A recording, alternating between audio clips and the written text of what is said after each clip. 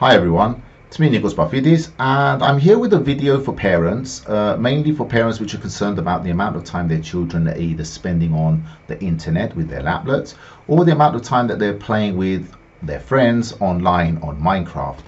Now, the other part of this video is also about safeguarding, how we can protect our children from inappropriate material on the internet. And everything I'm going to be showing you and telling you about, things that you can actually implement, are mainly free things that you can do based on your internet service provider in most cases. Now, please be aware, I'm not affiliated with any of the service providers. Any of the information I'm going to give you is going to be based on information which I've collected from their technical support by calling them, asking questions, doing my research, so I can try and give you as much information as possible. This video is not intended to teach parents how to become IT administrators or to do everything on their modem, but mainly so that they can see what is mainly possible, and to be able to ask the right questions from their internet service provider and be able to get the service that they can actually the best service that they can actually receive. And the other part is to actually make people aware of services which are available to them and they may not know about. So I'm going to start off straight away by talking to you a little bit about safeguarding, how we can protect our children from inappropriate material on the internet very easily. So here what I've got, this is using Google as the search engine, which is probably one of the most popular search engines. So to be able to use safe internet searches in Google, what we need to do is go to Google, do a search of any kind. I'm just going to type the word search, for example. It makes no difference what you search for. And you're going to see here that you get this settings tools. As soon as you search for something, you're going to have this in here, settings. So I'm going to click on this, search settings, and now I've got this option here, turn on safe search. Now there aren't any levels. You don't have policies that you can implement, like high or low safe search, but or strict. But if I turn that on, I can then scroll down, click on save, and then you get this confirmation message at the top, and that's it. Now on your child's device, you will see in Google search here, you can see you've got the save search on. And if you want to disable it, again, the method is simply search for something. You can go to the settings, search settings, and then you can just disable that. Now if you're going to be setting this up on your child's device, you probably won't want to turn this off. It's a good idea to keep that on, and it's a free service. So again, I'm going to click on OK and save, and now you can see I don't have this safe search on, so my internet is not being filtered by Google. Now you can also do this with Bing and any other search engine as well. I'm sure any other search engines will also give this, but these are probably the two main ones. If you've got a different search engine, then again, if you go to the settings, you will probably find something similar. Bing actually gives you slightly more of protection, I think, maybe more. I don't know what the policies are, but essentially if you go to bing.com, which is the search engine here, then I'm going to click on here on the three lines. There we go, at the top up here, three lines, and I'm going to click on save search. Is actually off right now. So now when I click on that, I can see I've got three levels: strict, moderate, and off. Okay, and it says here, filter adult images and videos. Strict, it gives you a little bit more. I haven't tested them extensively, but if you are going to filter, I would suggest you probably put strict. And once you've done that, you need to click on the save at the bottom, and that's it. You are now using save search.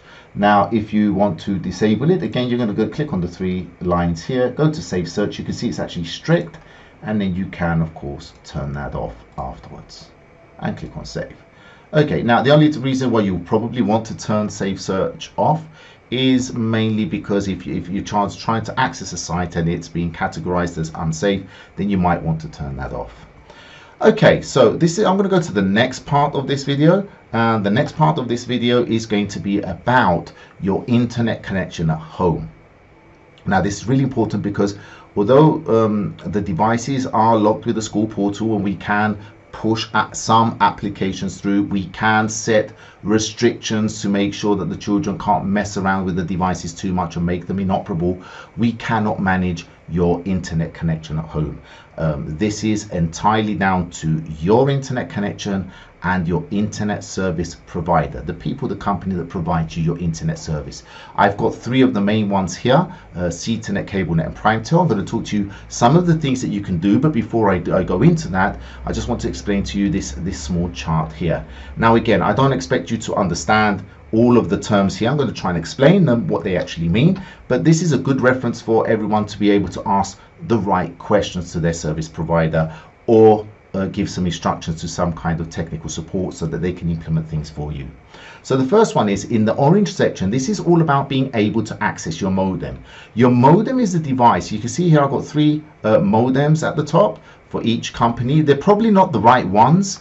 I know CTNet's one is actually different now. There's different versions, but if you've got internet at home, your service provider has actually installed some kind of box, some kind of device which actually brings the internet service to your home. So CTNet's one looks a little bit like this, and the orange section here is about whether the service provider, CTNet, CableNet or PrimeTel, will actually allow you to access the modem. Okay, and I say this because the modem, if we have a look in this picture here on the white side over here, it's supposed to be actually no router. It's got nothing to do with 13 there. Okay, so the modem is this thing here, and all of your devices connect to the modem one way or another. If it's a Wi-Fi, then it will connect with Wi-Fi to your mobile phones, and this is what gives you access to the internet. So we're going to come to the blue side a little bit later. So essentially, are you able to access this device? And if you are, there's a few things that you can do. First of all, PrimeTel doesn't allow you to access the modem or actually do anything with it. If you want to access the modem, make changes, you actually have to call them and tell them what to do, and they will do it for you. This makes it a little bit difficult to turn settings on and off, because they're not going to want to be turning things on and off for you 2-3 times a day.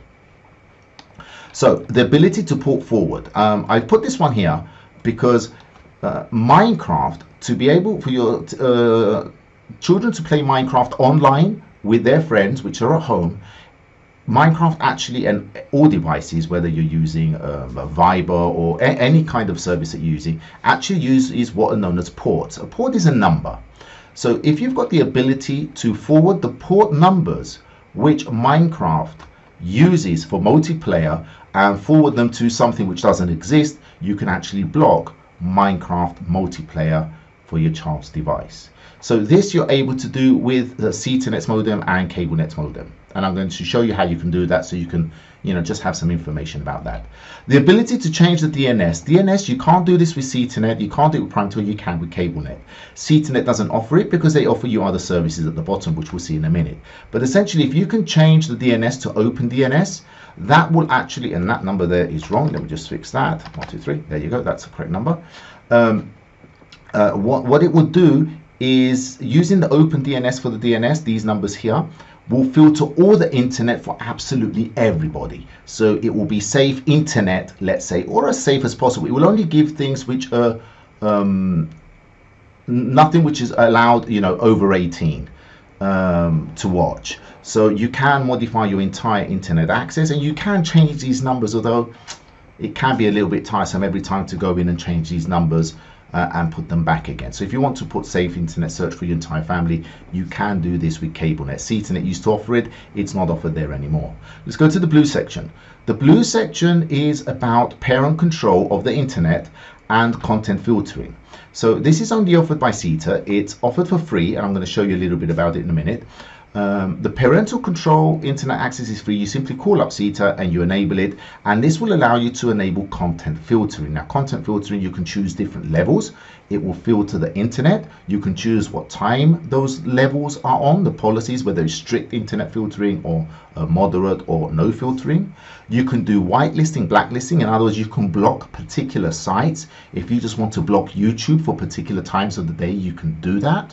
You can even, from their device, by accessing it, apply, say, when certain devices are allowed to have internet access. So let's say your child at night, you suspect, they're using internet access at night when they're supposed to be sleeping. You can actually make sure their devices can't access the internet. So you can do that through CTNet. You can't do it through CableNet. You can't do it from PrimeTel. CableNet does actually provide a paid service which is the Plume. This is a high power Wi-Fi system that you can put, and essentially for each device that you put, they charge $5.90 a month per device. I got this off their site, and essentially this gives you parental control to the Wi-Fi access points, these things here, and it allows you to select Safe Search on the internet. So all devices which connect to the plume will be filtered. You can choose the devices which are going to have Safe Search internet. So you can choose your child's device or mobile phone or whatever. And you've also, as parents, got the ability from your mobile phone, to change these settings and even turn the internet access to devices on and off. So if you are with CableNet, you do actually have this option, but it is a paid option. It's at $5.90. If you don't, if you want to implement something but you don't have, let's say, CTEN, you want to do something a little bit more advanced to control ports, then you can, if you look on the right hand side for you can get a router, and this is basically a system over here without the router, and this is a system with a router. Essentially, instead of connecting your devices to a modem, you can connect them to a router, and then the router connects to the modem.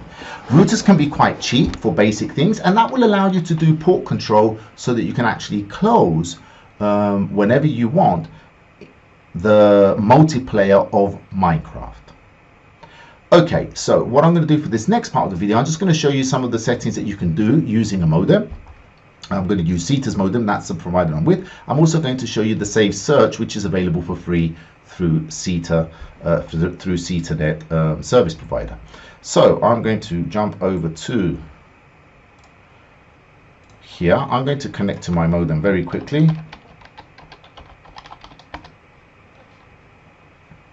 Okay, so I've actually connected to my modem. I'm going to you can't see these, I've blurred these out.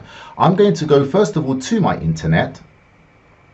I'm going to go to where are we here? Let's just go to secure parental controls first of all. So from the modem or from CETA, you can actually have modem parental controls where you can actually choose your child's device and say what time these devices are able to either access the internet, or you can use a whitelist or a blacklist. We're going to have a look at those. A blacklist is basically a list of URLs, a list of web pages like, let's say, YouTube, which are blocked, and they will only be blocked at certain times of the day. So you can make sure, during the day they can't access YouTube, and they won't be able to watch YouTube videos while they're supposed to be following their lessons remotely. Okay, the next part I'm going to show you, if you go to the security part of the modem, now this is directly from the modem, you've got port forwarding. Now you can do this on both CETANet's modems and CableNets. So in port forwarding, remember I told you it's just a number, it's the numbers that Minecraft uses, and we're going to simply direct them to a number that doesn't exist. So here I've created a new one. If you create a new one, you see something like this. It can actually look a bit confusing. So I'm going to open this one up. This is the one I've set up. And you can use this as a sample to give someone to sort out on your modem as well. Essentially, you give it a name. You want to block both of these, TCP and UDP. Depending on the internet you've got, your service provider can guide you through this, and they can actually do it for you.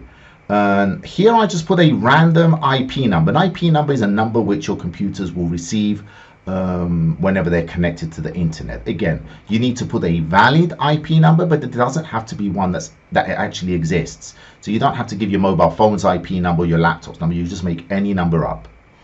Okay, and the important ones are these ones here. These are the ports that Minecraft multiplayer works with. It's port 19132 through to 19133, and the LAN host as well, 19132 to 19133. So these numbers are the same. So whoever's going to set this up, if you're going to set them up, you need to send the WAN port and the LAN host port to these numbers. Again, I'm not going to go into too much detail. I don't want to go into detail what these numbers are and why they are. But if you, on your modem, if you've got access to it and you set up port forwarding with these numbers to an invalid IP address, and this is what you can tell technical support, then Minecraft will be blocked for multiplayer use. And you simply have to log into your modem whenever you want and just turn this either on or off, and that's it. So if you're going to allow your children to play Minecraft, then you can turn that off and click on apply. If you want to block them from playing Minecraft multiplayer with their friends at home, then you can turn this feature on, click on apply, and Minecraft multiplayer will now be blocked. Okay, the last thing I want to show you, again, it's from CTNet. The only reason why I'm focusing with CTNet is because they give all these services for free. So I don't have access to other paid services from other providers, but they don't, from what they told me, from the home internet, they don't actually have features that you can purchase. Okay, to enable safe internet search, safe internet from CTNet, first thing you need to do is contact CTNet through 132 and ask them to enable it for your internet service. Okay, once you've done that, you're going to get a username and a password to log in. So I'm going to log into my account very quickly. And the first thing that you see here is either disable safe internet. So it will probably start off like this, enable safe internet. You can see here when it's disabled, these items here are actually grayed out. You can't select them, and you can click on this to enable safe internet. And this is instant. Once you enable or disable, the policies are actually applied immediately, close to immediately. Okay, so let's have a look at some of the features straight away. I'm going to look at change profile first. So you've got different levels of moderating the internet and internet filtering. So you've got light, moderate, and strict. You can choose the one that you prefer. Then you've got override filtering. So instead of turning the filtering on and off, you can actually leave it on and just override it for an X amount of time if you want to give access to your child, for example, I don't know, let's say a couple of hours to have access to YouTube or whatever. You can do that directly from here. Then I'm going to look at advanced settings. Nothing special here. If you have VPN, then you know what this is. If you don't, then totally ignore it. Disable YouTube restricted mode. Now, with the filtering on, it will only allow YouTube to work in restricted mode, which is only videos which are classified for under 18s. If you turn this on, that will give you full access to YouTube. I'm going to go to black and white lists next. Black and white lists are basically, here you can add web pages, or they're known as URLs, into the black or the white list. If you let's say a web page is being blocked because of the filtering, and you actually want access to that web page, instead of turning it on and off all the time, you can actually enter the URL or the address of that web page here, click on add, and that website will now not be filtered, and you'll have access to it when the filtering is on. Blacklist does the same, but the opposite. If a page is not being filtered and you want it to be filtered, let's say YouTube, then you can actually put, I haven't tested, but you can put, for example, http://youtube.com, www.youtube.com, and add that, and it will block YouTube entirely. So you can have access to blocking things even if they're not being blocked by the filter.